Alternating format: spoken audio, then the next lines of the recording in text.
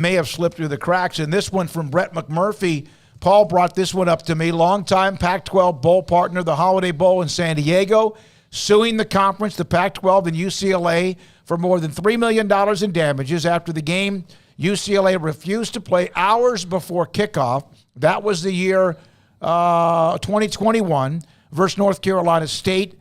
This is the Action Network HQ. Learned. Also, Holiday has third longest tie-in among all the Pac-12 bowls. All right, is this just what are they trying to do here, Paul? Well, Craig, what are they doing here? The Pac-12 was mad because the Holiday Bowl didn't pay everything out, and but the Holiday Bowl didn't want to pay everything out because they didn't get to have their game. So now you have, these two entities going at it. And it's just, I don't think it's probably ultimately – Brett McMurphy, if you go to the Action Network and read the full story, it's really interesting. He's got the whole timeline of events of how that's kind of gone back and forth between it and how it all shook out and how the Holiday Bowl feels that UCLA kind of violated their agreement even with the COVID situation that they had. But again, it's just another bad look for the Pac-12 right now. And it may not be that big of a deal in that, this will probably get settled eventually. But one of those things that kind of shows where,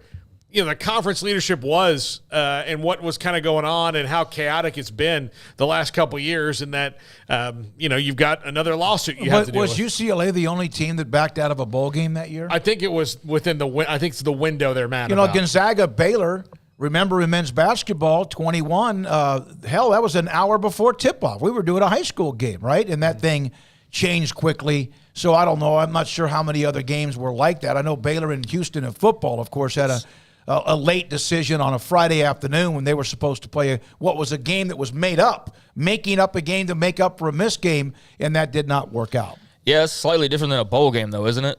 I mean, that was a preseason game, and I understand that Houston traveled up here, but they were hosting it at McLean Stadium, and it was in the middle of COVID, so, everything was getting canceled left and right. This is a bowl game where everything was set up to the afternoon of the game was supposed to be played, and all of a sudden, after some positive tests or whatever, I guess, UCLA backed out, and so to me, I haven't read the full Brett McMurphy deep dive, but appears it's just a lawsuit to try and recoup some money that you lost because you canceled a bowl game that a lot of people invested money into. If, in fact, they paid people out.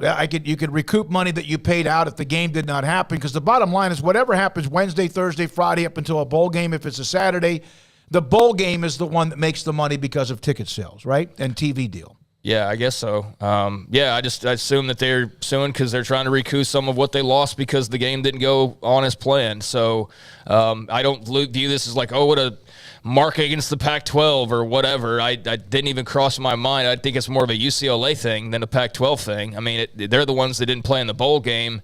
It's not as though, the other conference members were sitting around them, helping them make that choice. So, you can add it to the pile of just outside stuff that is probably annoying at this point and is just kind of piling on, when it comes to the Pac as far as just things that are slightly embarrassing or whatever. But, this is mostly a UCLA thing, so we will see. But I guess the Pac is involved in terms of they were part of the decision-making, and that's why they're included, is because they had a say in the game going forward in that. So it is connected to them, but it was ultimately UCLA not playing in the game. Oakley Burklow, is that what you're going to read? He said that, by the way, the Holiday Bowl saying that UCLA had only 3 positive COVID tests in that setup, that lead up to the game. Will be interesting to see if they have proof of that or not. Yeah, and let's see.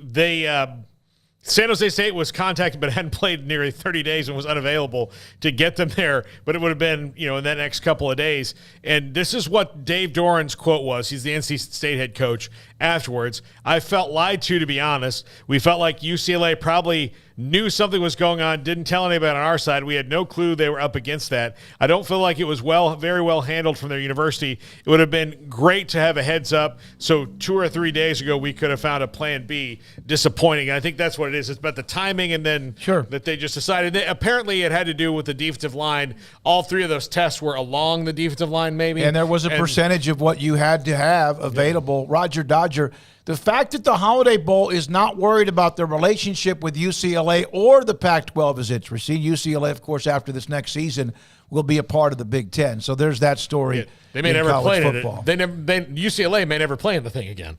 Unless the affiliations change. You could sue the Pac-12, which is interesting for something where UCLA at the time, and still is, a member of the conference. But the more people you sue, then there's a chance you're going to get a little bit more out of it if, in fact, it ever gets to that point. They'll probably settle something somehow out of court.